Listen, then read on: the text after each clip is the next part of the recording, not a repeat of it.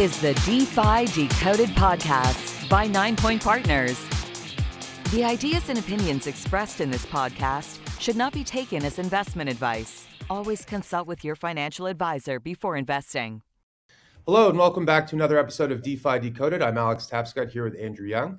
Andrew, we've talked a lot in the past about tokenization, the idea that we can use tokens as a way to basically digitize and containerize any kind of asset. And we've talked a lot about the success of stable coins, which have grown to over $200 billion of circulating supply. And in the last year, did more dollar volume than the Visa network as proof of that product market fit for tokenization. And now we're starting to see how tokens are being used to basically innovate on lots of different assets to make them more widely available, to improve their functionality, to improve the investor experience. And there's no company that's doing more in this space than Securitize. And we're very lucky today to be joined by the new Chief Operating Officer of Securitize, Michael Sonnenshein, who's fresh off the set of Bloomberg TV to join us here for the show today. We're gonna have a really great conversation. We've got Michael for about a half an hour, so let's jump right into it. Michael, thanks for joining us. It's great to be here. Thanks for having me, guys. Awesome. So before we get into it, I just wanted to kind of talk about the state of the world and where things are at today. So you, as many people probably know, were the CEO of Grayscale Investments, which was a company that was a real pioneer in bringing crypto investment solutions to market and especially to mainstream investors. And you built that entirely during a period, multiple presidential, administrations, where at best administrations were indifferent and at worst maybe kind of hostile. And now we're in this moment where it seems like things are maybe changing a little bit. And I'm wondering what kind of how does that sort of change the opportunity set for you? Like what do you see in the future here as a result of that?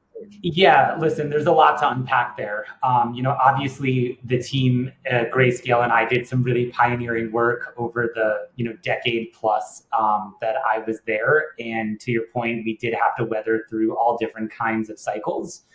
Some of that was political cycles, but also just cycles within crypto itself. I think we weathered through 3, if not 4 crypto winters. Bitcoin good, blockchain bad, blockchain good, Bitcoin bad. We kind of went and saw it all. I will say, however, though, that, probably what is fundamentally the most different about where we find ourselves today is just the direct coordination and linkage that we're seeing between our regulators and our policymakers, as well as the executive branch of government and the crypto community, in I think a way that we've never seen before. So it's almost like day and night. If you go back a couple months to where we are now, the crypto community was largely being looked at as a regulate by enforcement community, at least here in the US. And today, most, if not all of that has largely been dismissed or shrugged off, right? We've seen the countless number of lawsuits against crypto businesses operating here in the US be dropped. We have a crypto SAR at the White House. We have a SEC crypto task force. And we have our sitting president, continuing to make very, very public commentary about wanting the US to be the hub of crypto innovation, Bitcoin adoption, et cetera. And so, for me, having been through as many cycles as I have, and personally and professionally being involved in crypto as long as I have, to me, this feels like, we couldn't ask for a better setup in terms of what it means for development, for adoption, and ultimately, the continued staying power of the asset class. One of the other things you mentioned there, in addition to regulations, was just sort of the perception of this technology. And in the past, a lot of big companies, including a lot of firms on Wall Street, were of the view that it was blockchain good, Bitcoin bad, or that they wanted to take what they saw as the best of this technology and build their own systems. Yep. And it seems like something else has happened in the last couple of years, which is that there appears to be a growing consensus forming within enterprise and also big Wall Street firms that these public blockchain networks are actually the big innovation. And so going forward, they're looking to build and deploy on these networks. And it's sort of similar to the internet in the early days. When the internet came along, big companies wanted to build their own closed intranets, but then they learned eventually that they needed to build on top of the public networks. Sure. We seem to be in one of those similar experiences. The reason I bring that up is that BlackRock has been one of the big advocates of that, and they launched a tokenized money market fund, BUIDL, last year, which is a Securitize project. And congratulations, I hear it just passed $1.5 billion in assets, the biggest of its kind. So can you talk a little bit about, like, with the benefit of your own experience, that evolution for Wall Street? How did they come to the realization that it was all about the blockchain after all, like the public blockchain? Sure. Yeah. So, I don't think that debate is necessarily over, right? There still are a variety of financial institutions and financial services firms that are still kind of sticking to these federated or private blockchains in order to facilitate anything from payments to record keeping. But we have seen a major capitulation, to your point, towards using public blockchains. And I do think that ultimately speaks to, again, not only the staying power of these public blockchains, but also their operating track record and history. Now financial institutions are seeing that, not only the transactional throughput, but ultimately using these decentralized blockchains are really, in fact, the most secure way to transact, to create provenance and record keeping and ownership. And at Securitize, we're kind of sitting right in the middle of that perfect ecosystem, right? To one side of us, we have asset issuers, BlackRock, Apollo, KKR, Hamilton Lane. And to the other side of us, we work directly now. I think we're integrated with 10 or maybe now even 11 public blockchains like Ethereum, Solana, Polygon, Avalanche, the list goes on and on. What's interesting about, I think, my experience and now being at Securitize is, in many ways, it almost feels like the early days of Bitcoin, right? We had, in the earliest days of Bitcoin, skepticism. Is this a fad? Do we really need this? Those types of questions being asked by folks. And, now when I kind of compare that to where we are with, RWAs and tokenized assets of all different kinds, a lot of those same questions are being asked of myself and my team. But I think one of the biggest differentiations is that we didn't have in the early days of Bitcoin is we didn't have institutional adoption or participation. And now we certainly do in the world of RWAs, right? So to your point, about a year ago, we launched our first product with BlackRock, BUIDL, the largest tokenized treasury fund in the world. We recently launched a private credit fund with Apollo. We've launched several funds with our friends at Hamilton Lane, a fund with KKR. So having that validation and participation and public participation from some of the world's largest and most top-tier asset managers, I think casts a very, very different light on the actionability of RWAs for a lot of different investors.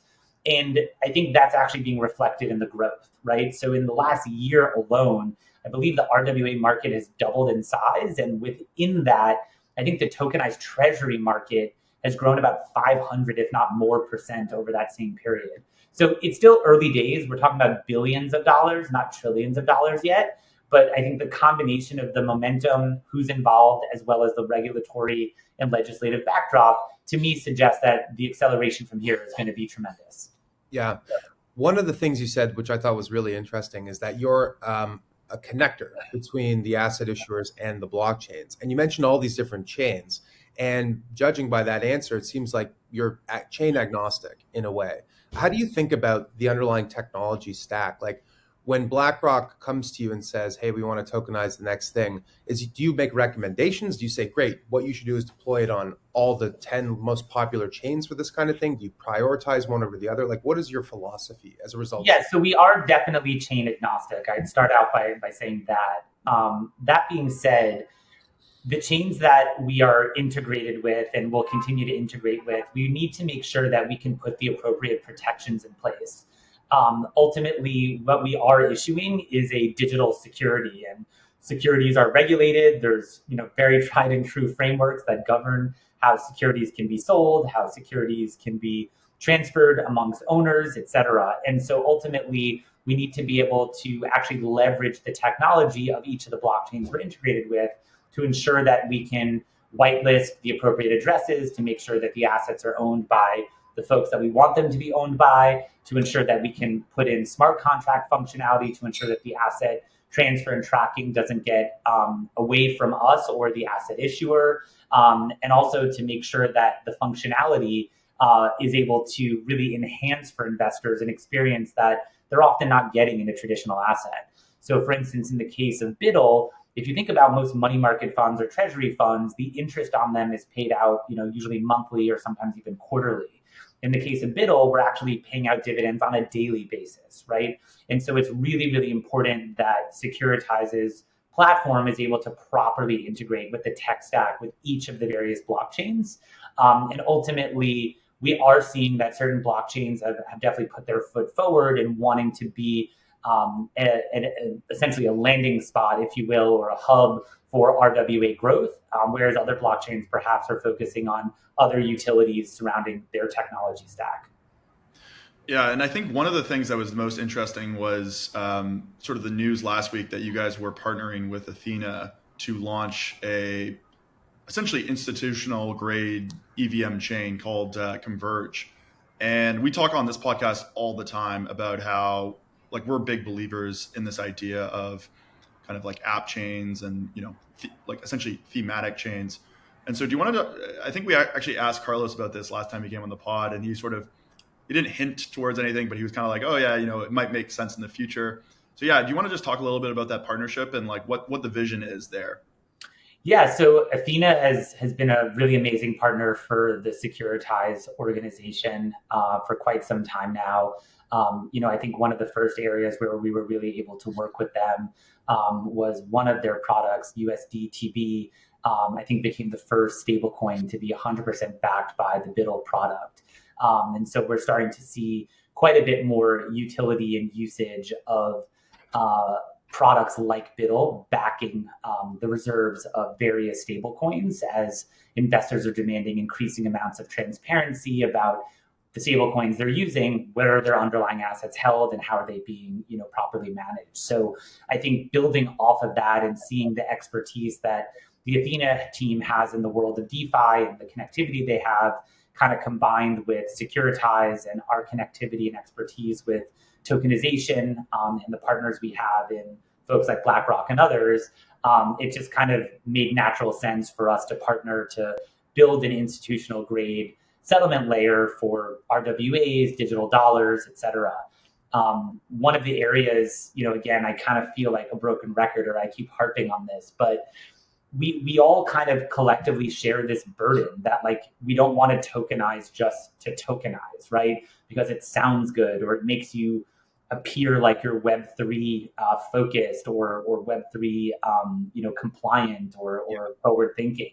We want to tokenize assets to ultimately offer investors objectively a better experience, the potential for better returns, better use of the collateral or better use of the assets themselves. Like there has to be some objective reason to cause investors to do this, because otherwise we're not really advancing. We're not really kind of leapfrogging the traditional counterparts that a lot of these assets have. And so certainly one area that I think we're really focused on for Converge, and even though it's in the earliest days of its development, is really making sure that RWAs have a home in the world of DeFi in a way that is super compliant and institutional grade. And I think by and large, up until now, there hasn't been much of a linkage between RWAs coming on chain and then being able to think about them or utilize them in DeFi the way that stable coins or other crypto assets have been perhaps. And so if we can, between Securitize and the Ethena team, work to create an environment where there is a compliant, regulated layer where institutional investors can interact with institutional grade products and unlock a lot of the possibilities within DeFi, we felt that that was a really exciting opportunity and one that we wanted to be a part of. Yeah, it really reminds me of the sort of the Circle Coinbase partnership back in the day, where one side brought sort of know-how and the other side brought some distribution. And I think it's interesting because it's more of like a DeFi native approach to it. So like for me as like a Web3 builder, it's pretty exciting. I guess I'm kind of curious, like how do you guys sort of, what's the vision of Converge? Like, is it going to be, Converge, is it going to be like, essentially, is the ideal to be like an ecosystem for kind of Web3 builders to, build DeFi integrations, but also maybe like build completely new primitives and protocols? Like, I think there's a lot of sort of space that gets opened up if we have like a, an actual standard RWA standard that everyone kind of follows that we can kind of build on. Yep. I think it's a great question. I think the earliest incarnation of what this can be or will be is a lot of DeFi native applications. So that's why there are partners that have been brought into the initial Converge announcement, like Morpho and Maple and Pendle and folks like this. But as we know, these are also open source technologies, right? And so the conversation we may be having today of what's possible on Converge, we know is going to shift and grow over time. And so, ultimately, I think the possibilities will continue to expand as technology expands and as we're seeing new use cases emerge from users in the ecosystem. So you've mentioned several of the reasons why someone would want to tokenize an asset. And I think that's so interesting because it is, if I were a big asset manager, there is definitely a temptation to be like, let's tokenize some fund and then we can say we're Web3 native and we're with it and we're cool and we're on Sure. things. Like I can see that temptation. Yeah. And there have been plenty of examples in the past. Michael, you remember like the original 2016, 2017 cycle, there was a lot of firms hand waving about how they were all about the blockchain. And a lot of that I think was kind of performative. But you mentioned several of these different advantages and I actually just wrote them all down and tell me if this is accurate. One is access, so democratization, right? So we know that stable coins work because there's product market fit. There's 6 billion people in the world who can't access US dollars. So that's a pretty good one.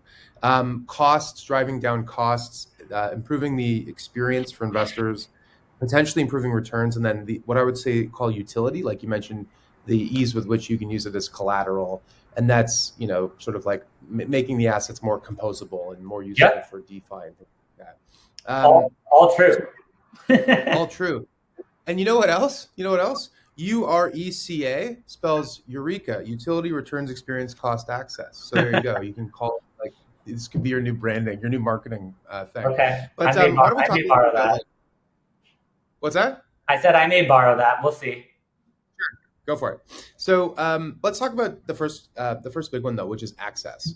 So you're working with some private equity firms. That kind of stuff is normally reserved for institutional or ultra high net worth individuals. And now Apollo and a couple of these other firms have tokenized. Now the dollar value is pretty modest, but what is of those different factors that they're contemplating? What are the things that they're most interested in about tokenization?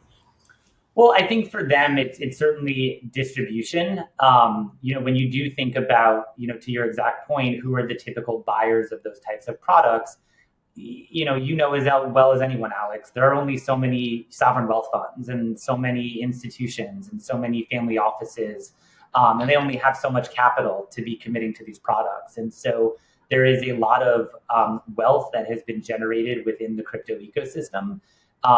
And so there's definitely a distribution and access play amongst a lot of the firms that are bringing these offerings on chain, that, perhaps without bringing these offerings onto these blockchains, that these possibilities just kind of wouldn't translate well to a crypto native audience.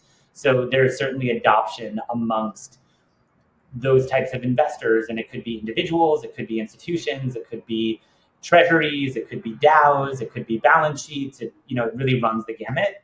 That I think has been exciting to see in a lot of the assets we brought on chain. Interesting. And then can we talk a little bit about BUIDL? So Sure. BUIDL's grown from 0 to 1.7 billion, I think is what I saw on Token Terminal today, which is amazing. And this is, maybe Andrew should answer this question, but basically I saw that MakerDAO, which has been rebranded as something else. Sky. Yeah. Sky. Yep. Is now put BUIDL into the collateral backing its stable coin. Can you talk a little bit about that? Like, it's so interesting. You got this thing that BlackRock created with you, and now it's made its way into the on-chain economy. Yeah, so the BUIDL advancements, and to be clear, I don't want to take credit for them because BUIDL's launch and a lot of the added functionality that's gone on to BUIDL predates my joining the team at Securitize. But nonetheless, the product just celebrated its 1 year anniversary. So from zero to 1.7 plus billion dollars in a year, I think certainly suggests that we have found product market fit. We have, to my earlier point, have unlocked a lot of new features over the course of the last year and are continuing to improve the product, taking in feedback from investors on what they want to see from an attribute or functionality perspective. We just announced another share class on BUIDL. So we just announced the Solana share class. So there's now 7 different share classes of BUIDL. So that ecosystem is continuing to grow. But I do think in the wake of the growth of stablecoins, investors using stablecoins to have a base layer of where they can store value on crypto rails, there has been increasing demands, I think, from investors, or really almost a standard that they want increased transparency around the underlying reserves of stablecoins, as well as, again, using on-chain oracles and, kind of all the different tools that are now available to investors in this crypto economy. So given that BUIDL is the largest tokenized treasury fund, given that it is, sponsored by and managed by BlackRock, the world's largest asset manager, we have been getting and continue to receive mandates that it has become a reserve asset for a lot of the different stablecoins. And the one that you're mentioning specifically is from the team at Sky, formerly MakerDAO, where I believe it was almost, I think, up to $1 billion that they actually had a almost contest of sorts to have submissions put in as to kind of where they would park that amount of capital across various different products. And by and large, the BUIDL allocation was far and away the largest allocation received. I think it was $500 million going into backing Sky. So, it's certainly validation and very encouraging to kind of have the product and the work that my team has done with BlackRock be recognized in that way. And I think it's, again, kind of only the beginning of thinking about utilizing these types of assets for reserves and for transparency. Yeah, and I think it's really interesting to see the growth of, like as someone who's been in the space since, I guess, 2017, we talked about this with Carlos, but RWAs has always been this thing that's like 2 years away from being 2 years away, and to use the MBA terminology, and it seems to have like really taken off in the last couple of years beyond stablecoins. And like you said, treasuries are really starting to see some growth. We're also starting to see some growth in like the tokenized gold, tokenized gold space, and we're starting to see the first couple shoots of sort of like tokenized equities. Mm-hmm. I guess I'm kind of curious, like what types of assets do you think? I think we can kind of see the treasuries growing quite a bit, but moving beyond sort of treasuries and I guess just like tokenized gold, like what are the assets that you're most bullish on in terms of like are going to see inflows in terms of RWA space? Yeah, so I think one project that our team recently did was for Exodus. Exodus is now a public company listed on the New York Stock Exchange. And so we were actually able to tokenize the Exodus equity. Let's say that a few times fast. And so, I think our approach at Securitize has really been focused on native issuance and native minting of assets on chain, meaning that, holding a share of Exodus tokenized versus holding a share of Exodus in your brokerage account, they're the exact same exposure. Legally, it's the exact same thing. It's just a different format in which you're holding it. And the same goes across all of the products that we've issued. We're always natively issuing these assets on chain. I think a lot of what we've also been seeing across the tokenization space as more players are coming in is often kind of this middle layer where you're seeing some players perhaps focus on being able to tokenize things quickly, but doing so by creating a wrapper or almost kind of like a special purpose vehicle that almost gives it synthetic exposure to the underlying investors. So maybe today that differentiation is not going to be seen or felt directly by investors because they may just want the exposure. But over time, I think as the use cases around RWAs continues to grow, they're going to continue to, delve a little bit deeper into that differentiation between synthetic exposure, where they might actually now have counterparty risk to the firm or the wrapper that they've created as a middleman, versus kind of being able to mint these assets natively, using a platform like Securitize. So that may apply to equities, that may apply to treasuries, that may apply to your point, commodities or other assets. But ultimately, we try to be as scrutinizing as possible to tokenize assets that are good candidates for tokenization, right? The whole world of tokenization in the on-chain economy is one that's liquid. And so when we look at assets that, we can create, instant liquidity, instant redemptions, daily dividends, et cetera, or in some instances, be able to bring forward the liquidity for investors using tokenization, those are the types of products and projects that we get really excited about. Yeah, it's actually really interesting. It reminds me a lot of when we saw the sort of a huge expansion in the number of chains. Typically, a new chain will essentially have like bridged stablecoins over. And then as the chain gets bigger and bigger, it eventually gets like a native sort of circle integration where it's able to like natively issue its own stablecoin. And then that kind of replaces all the bridged assets because it's just a fundamentally better product and sort of safer. So it's really interesting to think about that sort of the synthetic gives you a go-to-market advantage, but in the short term, but it's obviously sort of creates these new types of risks. And so as the space matures, those assets sort of get natively replaced with native issuance. That's interesting to see. But moving beyond, I guess, just not to get like overly speculative, but like one of the big sort of killer use cases in crypto is user generated assets, the ability to sort of create new asset classes that didn't previously exist. The RWA space. It seems like it's always done a really, really good job of going after the biggest markets in sort of like the traditional traditional asset classes, stable coins, treasuries, gold, like you said. I guess, how are you guys thinking about like the long tail of RWAs? Is that is the space ready for that? Is that still a couple of years away? What do you think? I think it's a walk, jog, run analogy. I think today I think we're definitely in that walk phase. There's a lot of euphoria and kind of, I think, delight amongst the crypto community, certainly here in the US, around this kind of newfound collaboration between the public sector and the private sector.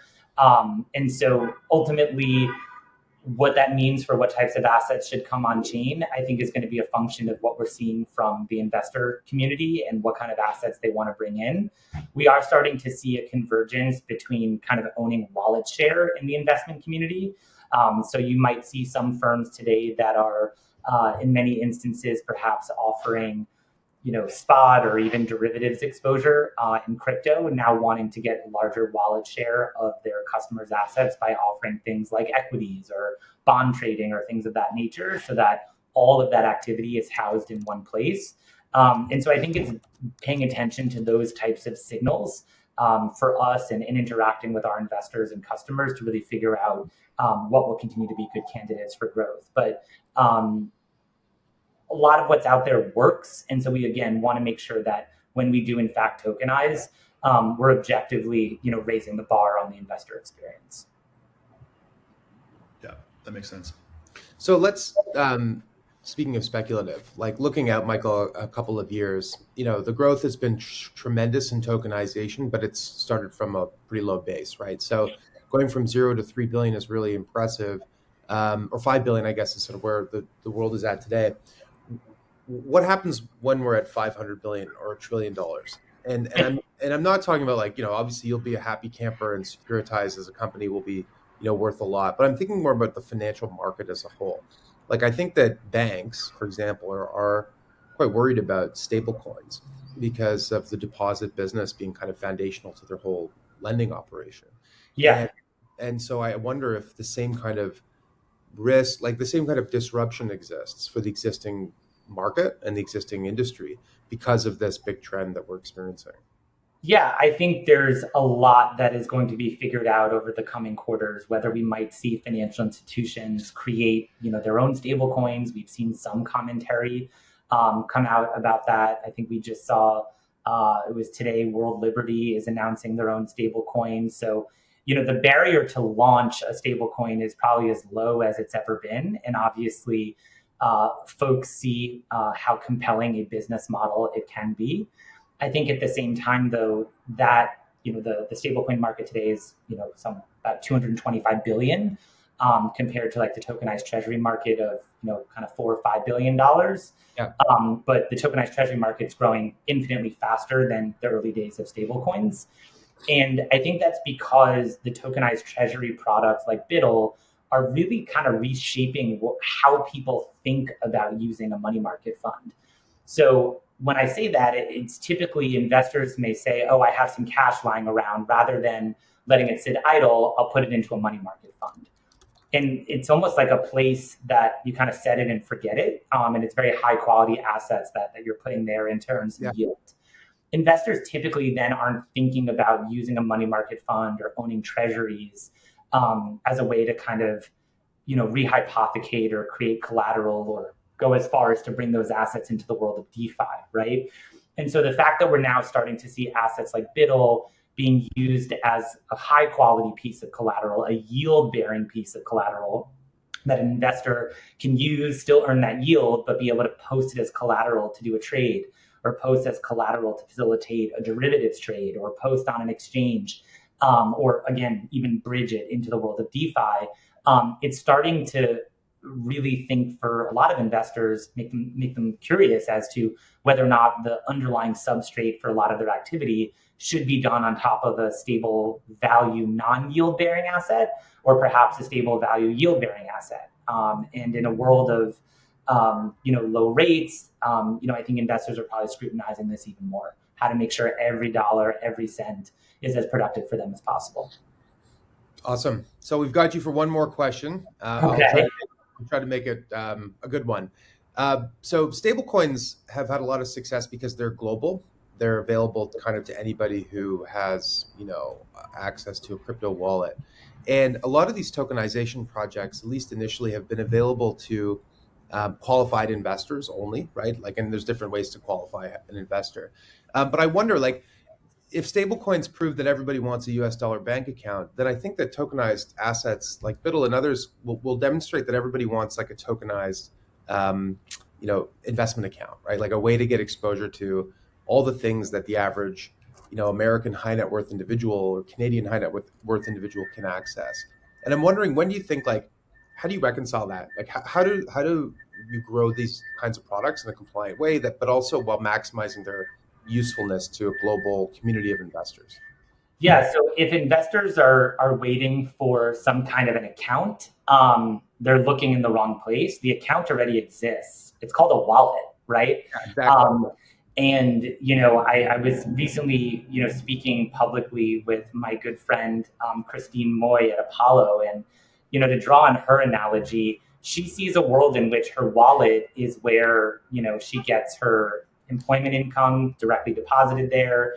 There's a smart contract in that wallet that automatically buys products like BUIDL or our Apollo Diversified Credit Fund, ACRED, et cetera. So there is no account. The account is a wallet, right? And we can look forward to, based on using this technology to improve the investor experience, improve the options available to investors, to have the technology really drive investment strategy, perhaps in a way that functionality just isn't set up today on traditional rails or in traditional accounts. But we need more products, more investors, and more functionality built. And if there's any ecosystem that can do it, it is certainly the crypto ecosystem. So I look forward to that day when that's a reality. Well, so do we. Michael, it's been a great chatting with you. Thank you so much for joining us today. That concludes today's episode of DeFi Decoded. If those of you are interested in learning more about tokenization, look through the back catalog, including the conversation with Carlos and other episodes that Andrew and I have done together, digging into this topic. And also, don't forget to sign up for the Digital Asset Digest newsletter, where we cover this and other topics. Thank you so much again to Michael. That's it for this week's episode. We'll see everyone next week. Take care. The information contained herein does not constitute an offer or solicitation by anyone in the United States or in any other jurisdiction in which such an offer or solicitation is not authorized, or to any person to whom it is unlawful to make such an offer or solicitation. Prospective investors who are not residents in Canada should contact their financial advisor to determine whether securities of the funds may be lawfully sold in their jurisdiction.